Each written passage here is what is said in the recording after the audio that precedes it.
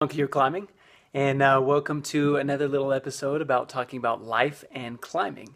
Again, this is just a separate section of Conquer Your Climbing. The main Conquer Your Climbing is dedicated to teaching new and beginner climbers how to rock climb better, more efficiently, smoothly, confidently, have more fun, all that good stuff, be safe. That's what it's dedicated to. So today, I actually have a little note card because I wrote down a couple things, but um, I don't even know how to start exactly, but recently I've gone through a couple different life changes, and one of the biggest ones is my dog. Um, I don't even know how to say it all that much, but he died. I had to put him down. He was my companion for 7.5 years and best friend. And if you guys have ever had that, you probably know what I'm talking about. Um, Regardless, though, great dog and best dog ever. Um, the thing I wanted to talk about today is acceptance. So it's the importance of acceptance in life as in acceptance of climbing as well. And you might be thinking, well, what does that mean? Is this going to be a waste of my time? Um, I don't think so. So one thing I want to mention is that in life we all have choices. We make choices every day, and that choice matters. So whatever we decide to do does affect our lives, and it makes our lives either better or worse, or some of them may not even matter all that much. Um, so I just want to say that those choices do matter. You accumulate enough choices over time, and you're going to have a certain outcome, or you won't. So same thing with climbing, you're going to have certain choices there as well. The one thing I want to highlight when it comes to acceptance is that it's a what's it called? It's an equation that I had actually learned through a really cool program called this Science of Enlightenment by Shinzen Young, and he talks about resistance and he talks about acceptance, but pain, which we're all going to receive, and we're all going to get plenty of that in life. So whether your dog dies or whether you don't complete your project, doesn't matter. Pain times resistance equals suffering. So by the number, if you were to quantify everything on a scale of 1 to 10 on the level of pain that you have, and then quantify a scale of resistance 1 to 10 on the level on the amount of that you resist, you're going to get different numbers and outcomes. So for example, if you have a level 10 pain, which is absolute maximum you could possibly imagine, and you resist it 10 times, then you're going to have 100 units of pain. And then on the flip side, if you have 10 units of pain, like unimaginable pain, but you only resist it a 1 or a 0, like not at all, like a 1, then you're going to have 0.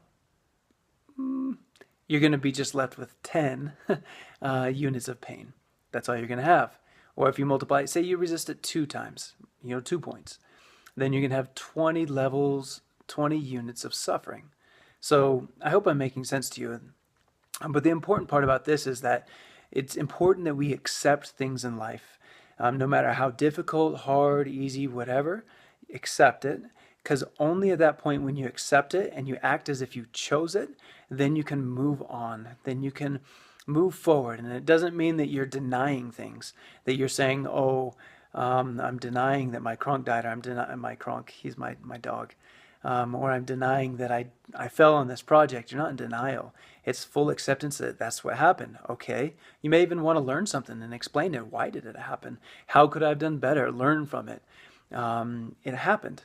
Now, how does it affect me? Move on from life. Um, and then that way you'll have way less suffering when it comes to it at the end of the day. And your quality of life and your quality of climbing will go up. So if a hold hurts, or if your body hurts, or if the weather's bad, or it doesn't matter what's going on, with climbing, the more you resist it, the more you're going to suffer. Um, a lot of climbers take pride in suffering, but they enjoy it and they love it. And I think the real reason why is because they don't resist that suffering. They've kind of said, oh, yep, I'm good at suffering. I can do it. They accept that fact, and then they can move on and they can do things that many normal people wouldn't even imagine doing, because their amount of suffering is very low and it's very easy for them to do it compared to other people that probably couldn't. Um, so one thing I want you to recognize whenever you're going through life and when you're climbing is, do you have an internal yes going on? So regardless of what's going on, Are you saying yes to what's actually happening? Because obviously if you say no, then you're resisting, and then that's when suffering or more pain might be added onto your plate, and then you have to deal with that. Not fun. So anyway, we've all have our moments. We're strong sometimes, and sometimes we're weak. It's okay. Just if you notice suffering, then the first thing that I recommend you do is notice what you're resisting. Look inside, find what you're resisting, whether it's climbing or life, doesn't matter. Another thing that I want to bring to is that when you say yes to things, it's almost as if you're saying thank you for it, being grateful for it, having gratitude and appreciation for it. So you accept it. Okay, I fell.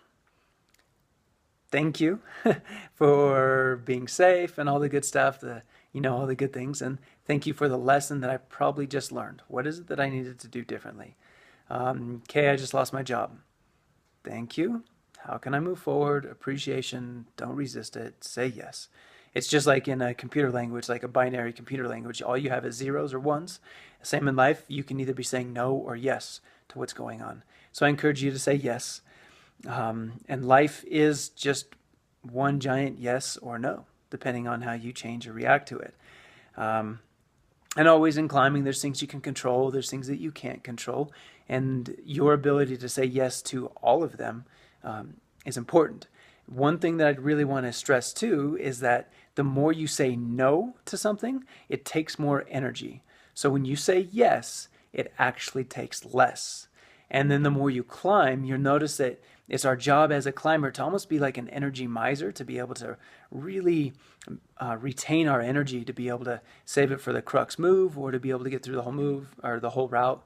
And it's how can I climb most efficiently? How can I climb in the best way possible with the best technique and use as little strength and energy as possible to get up this really hard and difficult section of rock?